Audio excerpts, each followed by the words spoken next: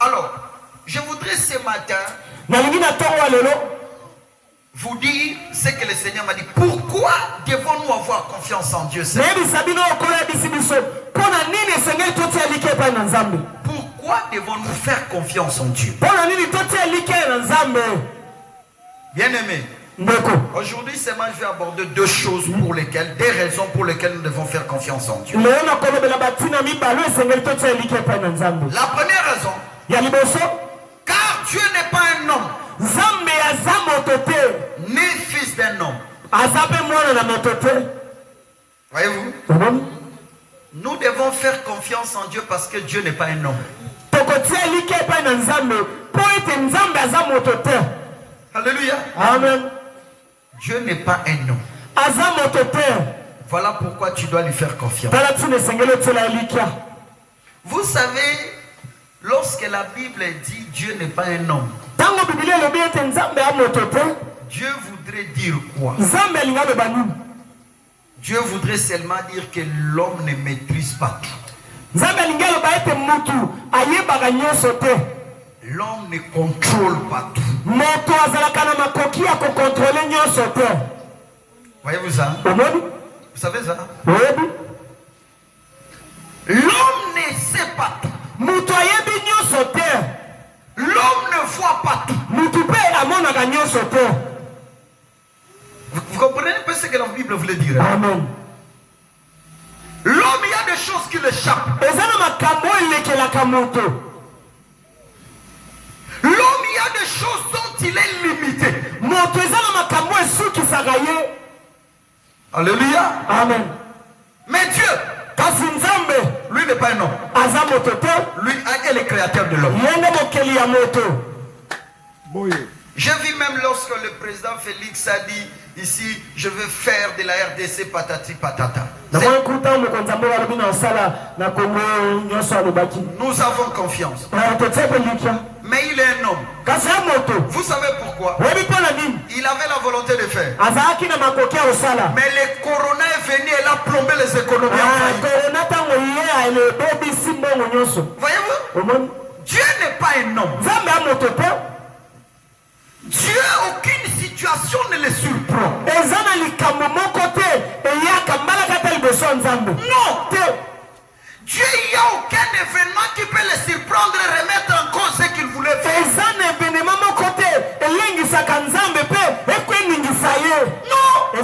Il n'est pas un homme. Il n'est plus aussi un fils de l'homme. Je vous ai dit fils de l'homme veut dire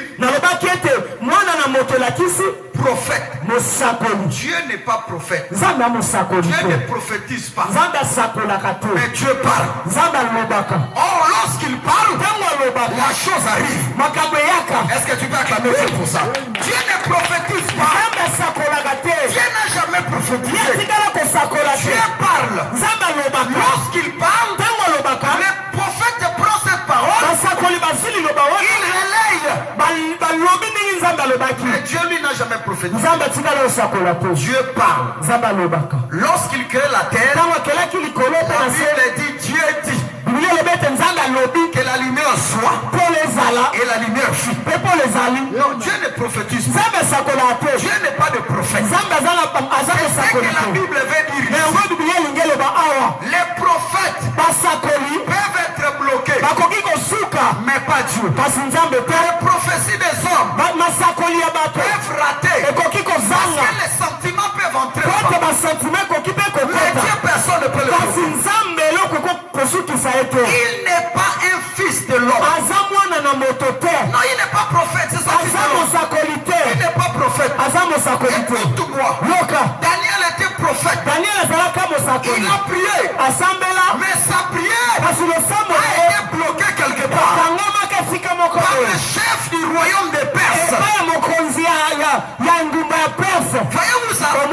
Malgré étant prophète, mais les anges puissants de Lucifer ont bloqué sa bénédiction. Écoute-moi. lorsqu'il descend. La Bible dit devant lui tout genou fléchi. Même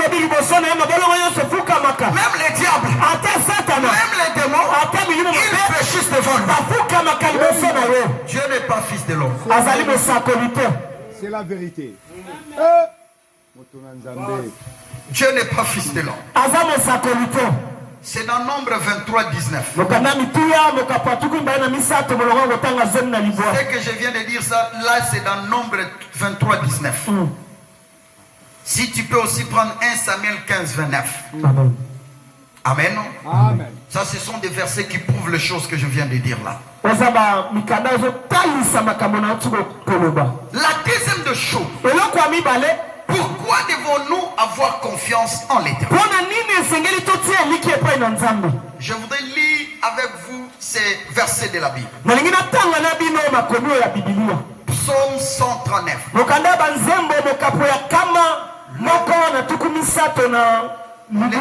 J'ai dit Psaume 139, le verset 16.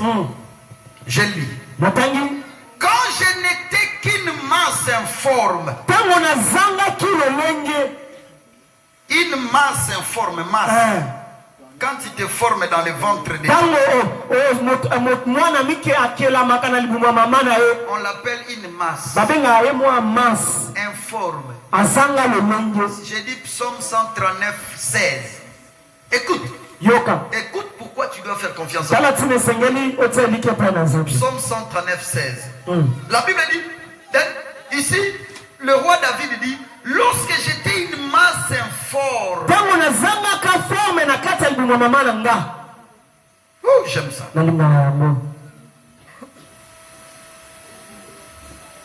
Tes yeux me voyaient.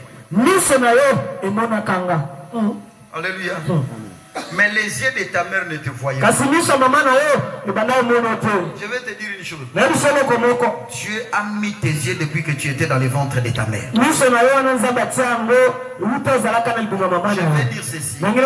Les yeux de l'Éternel ont commencé à être avec toi depuis que tu étais dans le ventre. Mais ce qui m'étonne, tu es dans le ventre de ta mère, mais elle ne te voit pas. Ton père aussi ne te voit pas. Mais Dieu, lorsque tu étais là, il te voyait. Même si ta mère était sorcière, les yeux de l'Éternel étaient sur toi. Même si ton père était féticheur, les yeux de l'Éternel étaient sur toi.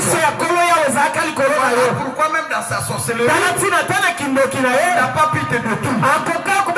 Parce qu'il y a quelqu'un qui veillait sur toi depuis que tu étais une masse informe.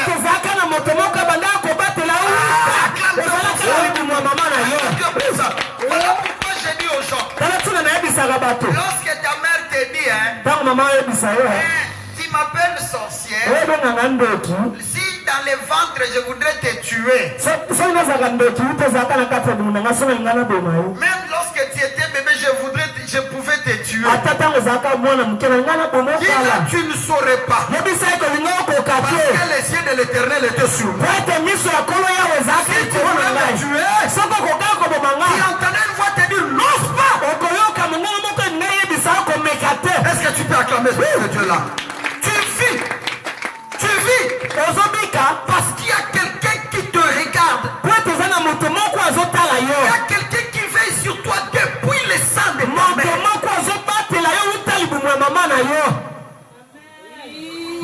Écoutez ce que David veut. Lorsque Dieu t'a vu une masse informe dans le ventre de ta mère, dès lors, ses yeux ont été sur toi. 1 mois, 2 mois, 9 mois, jusqu'à ce que tu es sorti, jusqu'au dernier jour de ta vie, les yeux de l'Éternel sera sur toi.